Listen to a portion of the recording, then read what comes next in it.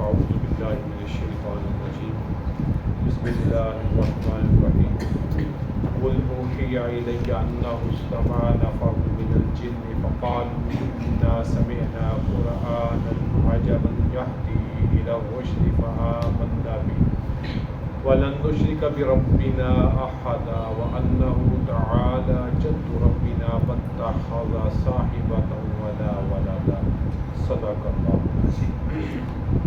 اللہم صلی علی محمد وعلی آل محمد کما صلیت علی ابراہیم وعلی آل ابراہیم انک حمید مجید۔ اللہم بارک علی محمد وعلی آل محمد کما بارکت علی ابراہیم وعلی آل ابراہیم انک حمید مجید۔ رب زدنی علما رب اشرح لی صدری ویسر لی امری واحلل عقدۃ من لسانی یفقہوا قولی۔ سورہ جن مکی صورتوں میں سے ایک ہے، آیات کی تعداد 28 ہے اور رکوع اس کے 2۔ اللہ تعالیٰ نے حضرت شاہ ولی اللہ محدث دہلوی رحمۃ اللہ علیہ فرماتے ہیں، اللہ نے مختلف قسم کی مخلوقات پیدا فرمائی ہیں اور ہر مخلوق دوسری مخلوق سے بعض صفات میں جدا جدا ہے۔ ان میں ایک مخلوق ملائکہ ہے، یعنی فرشتے۔ فرشتے اللہ تعالیٰ کی نوری مخلوق ہیں اور ان پر جس صفت کو اللہ نے غالب رکھا ہے وہ ہے عقل۔ اس وجہ سے یہ کسی طور پر بھی اللہ کے حکم کے خلاف کوئی کام نہیں کرتے، اللہ کے حکم کے پابند ہوتے ہیں۔ اور جیسے کہ فلاسفہ نے اس کی تعریف کی کہ فرشتے کن کو کہتے ہیں، وہ جسم نوری، وہ جسم نورانی ہے، یتشکل باشکال مختلفہ، جو مختلف شکلیں تبدیل کرتے رہتے ہیں۔ لا یونس ولا یذکر، فرشتے نہ مذکر ہیں نہ مؤنث، جنس سے آزاد ہیں اور مختلف شکلیں تبدیل کرتے ہیں اللہ جیسے چاہتے ہیں۔ جیسے جبرائیل امین جب نبی علیہ السلام کے پاس تشریف لایا کرتے تھے صحابہ کرام کی موجودگی میں، تو وہ انسانی شکل میں آتے تھے۔ جیسے ایک بڑی مشہور حدیث جبرائیل ہے، اس میں میں صرف اس کا ایک خلاصہ بیان کرتا ہوں کہ نبی علیہ السلام تشریف فرما تھے اور صحابی رسول بیان کرتے ہیں کہ ایک شخص نبی علیہ السلام کی خدمت میں حاضر ہوا، انتہائی سفید لباس پہنا ہوا تھا، بال انتہائی سیاہ تھے اور اس پر سفر کے کوئی اثرات نہیں تھے، لیکن ہم میں سے کوئی نہیں جانتا۔ اور اس نے چند سوالات نبی علیہ السلام سے پوچھے، ایک لمبی حدیث ہے۔ آخر میں نبی علیہ السلام نے صحابہ سے پوچھا، تم جانتے ہو یہ کون شخص ہے؟ تو صحابہ نے جواب دیا، اللہ اور اللہ کے رسول بہتر جانتے ہیں۔ تو آپ نے فرمایا یہ جبرائیل ہے جو تمہیں دین کی باتوں کے متعلق سکھانے آیا۔ تو بیان کیا جاتا ہے کہ حضرت دہیہ کلبی رضی اللہ تعالیٰ عنہ ایک صحابی ان کی شکل میں آیا کرتے تھے۔ تو یہ شکلیں بدلتے ہیں، یہ نوری مخلوق ہے، نور سے بنے ہیں۔ نور انتہائی لطیف مادہ ہے جس کو آپ اس طرح سے سمجھے جیسے لائٹ ہے، روشنی، اور یہ اللہ کی ایک مخلوق۔ دوسری مخلوق اللہ کی جنات ہے، وہ جسم ناری، یہ آگ سے بنے ہوئے، یتشکل باشکال مختلفہ، یہ بھی مختلف شکلیں تبدیل کرتے رہتے ہیں، لیکن اتنے بھی آزاد نہیں ہیں جب چاہیں کر لیں، ایسا نہیں ہے، ان کی اوپر بھی کچھ پابندیاں ہیں۔ یونس و یذکر، یہ مؤنث بھی ہوتے ہیں اور جن بھی ہوتے ہیں، جنیاں بھی ہوتی ہیں۔ اور شیطان بھی جنات میں سے ہی تھا۔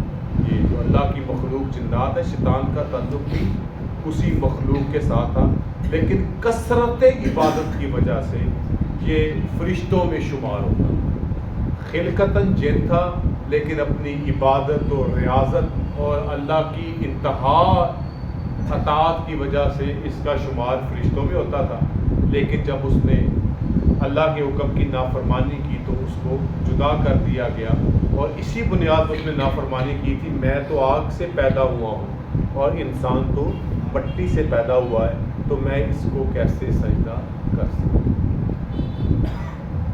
جنات میں جو مادہ ہے جس چیز کا وہ وہم ہے، وہم کا مادہ ہے. شاہ ولی اللہ رحمۃ اللہ فرماتے ہیں وہم کا مادہ ہے جس کی بنیاد پر یہ چھچورے بھی بڑے ہوتے ہیں، شرارتی بھی بڑے ہوتے ہیں. لہٰذا اس سے پناہ ہی مانگنی چاہیے. تیسری مخلوق حیوانات کی، یہ جتنے بھی ہمیں جانور نظر آتے ہیں، پھر ان کی آگے کتنی ہی اقسام ہیں. کوئی کتا ہے، کوئی شیر ہے، کوئی بلا ہے، کوئی گدھا ہے، کوئی ہاتھی ہے، کوئی اونٹ ہے.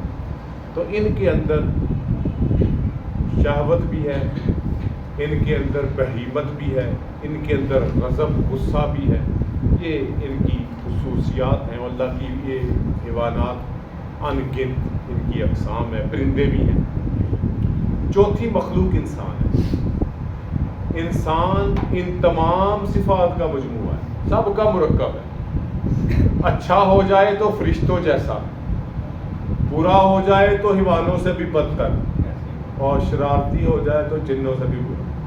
یعنی یہ ساری ہی صفات کا مرکب ہے. اور ان چاروں میں سے دو مخلوق ایسی ہیں جو مکلف ہیں. وہ کون سی ہیں؟ ایک جن اور ایک انسان. قرآن مجید میں اللہ فرماتے ہیں وَمَا خَلَقْتُ الْجِنَّ وَالْإِنسَ إِلَّا لِيَعْبُدُونَ. ہم نے جن و انس کو اپنی عبادت اور اپنی بندگی کے لیے پیدا کیا. انسانوں سے بھی بدتر، اور شرارتی ہو جائے تو جنوں سے بھی برا. یعنی یہ ساری ہی صفات کا مرکب ہے. اور ان چاروں میں سے دو مخلوق ایسی ہیں جو مکلف ہیں. وہ کون سی ہیں؟ ایک جن اور ایک انسان. قرآن مجید میں اللہ فرماتے ہیں وَمَا خَلَقْتُ الْجِنَّ وَالْإِنسَ إِلَّا لِيَعْبُدُونَ. ہم نے جن و انس کو اپنی عبادت اور اپنی بندگی کے لیے پیدا کیا ہے. حیوان مکلف نہیں ہے، فرشتے مکلف نہیں ہیں، ان سے گناہ ہونا نہیں نصاب کس بات کا. حیوان تو اللہ نے پیدا کیے ہیں اس نظام کائنات اور انسان کی خدمت کی. اس کے علاوہ بڑی مخلوقات ہیں، نباتات بھی ہیں، چاند تارے ستارے بھی ہیں. موٹی موٹی یہ چار مخلوقات ہیں. اس سورہ مبارکہ میں تذکرہ ہے جنات کے ایمان لانے.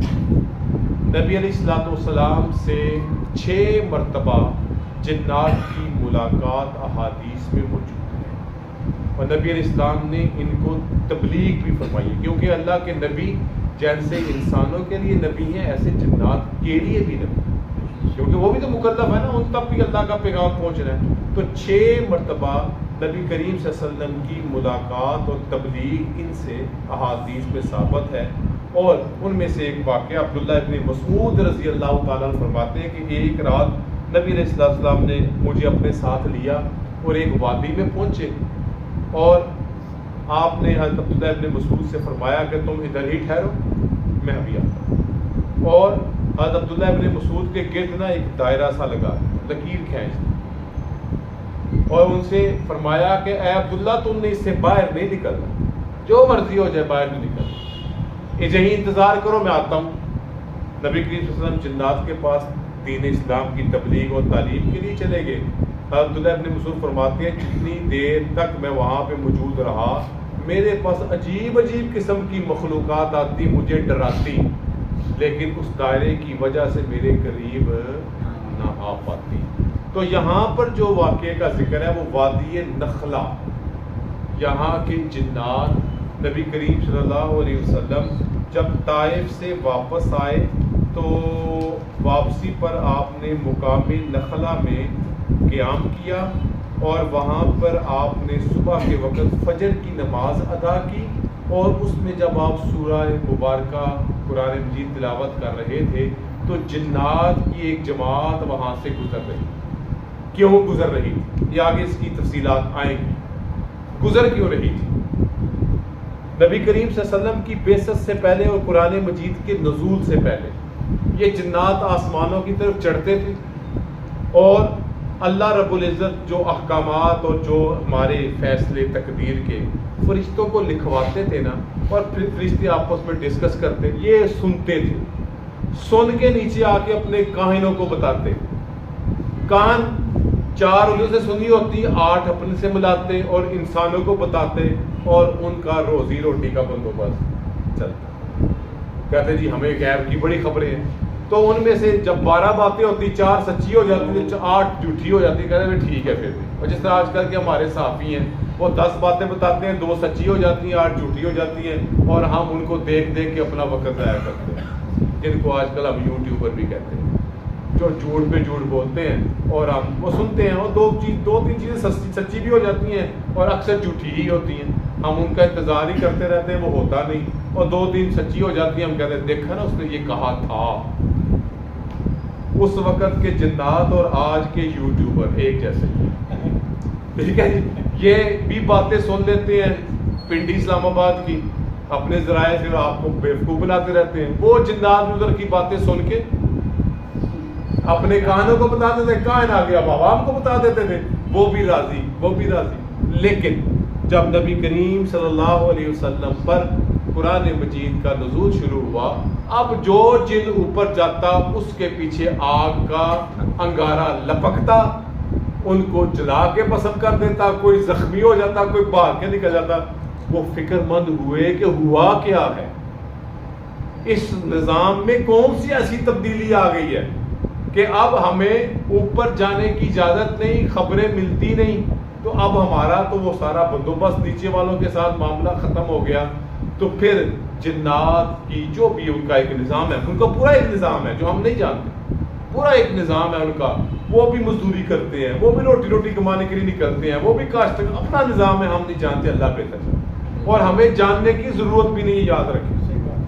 اگر ہم جاننا شروع کر دیں گے نا تو ہم زندہ نہیں رہ سکتے کم سے کم۔ ابھی ہم کہیں کہ میں 4 وظیفے کر کے یہ دیکھ لوں جنات کہاں کہاں ہیں، تو آپ یہاں سکون سے بیٹھ نہیں سکتے، کوئی پتہ نہیں یہاں پر جنات آ کے درس بھی سنتے ہو، کوئی پتہ نہیں، اللہ بہتر جانتے ہیں، ان کو بھی ضرورت ہے ہماری طرح دین کی باتوں کی۔ لہٰذا جن کا معنی ہے چھپی ہوئی چیز، مستور، جن کو اللہ نے چھپایا ان کو چھپا رہنے دیں۔ قبر ہے نا، قبر کے معاملات کیا ہیں، ہمارا کام ہے اس پر ایمان لانا۔ وہاں پہ منکر نکیر آئیں گے، وہاں پہ من ربوں کا، من دینوں کا، سب کچھ پوچھا جائے گا۔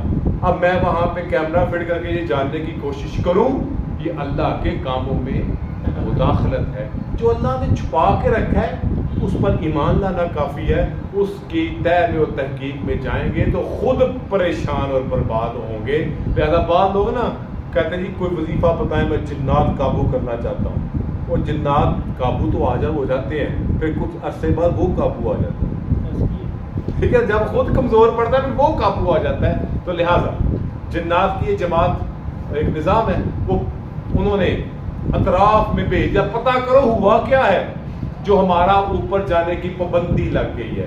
اب ہمیں وہ وسائل حاصل نہیں ہے، وہ رسائل حاصل نہیں ہے جو پہلے تھے۔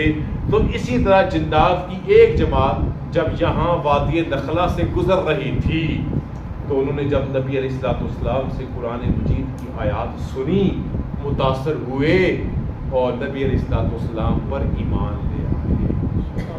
اللہ تعالیٰ اس واقعے کو یہاں پر بیان کرتے ہیں۔ قل، فرما دیجئے، اوحی الیہ، مجھے اس بات کی وحی آئی ہے، انہ استمع نفر من الجن، کہ کچھ جن مجھ سے قرآن پڑھتے ہوئے سن گئے ہیں، ان سے ملاقات نہیں ہوئی، سنا، ایمان لے آئے، چلے گئے، ان کی وہ کاروائی پوری ہوگی جو انہوں نے اپنے بڑے کو جا کے بتا لی تھی، یہ مسئلہ ہو گیا ہے،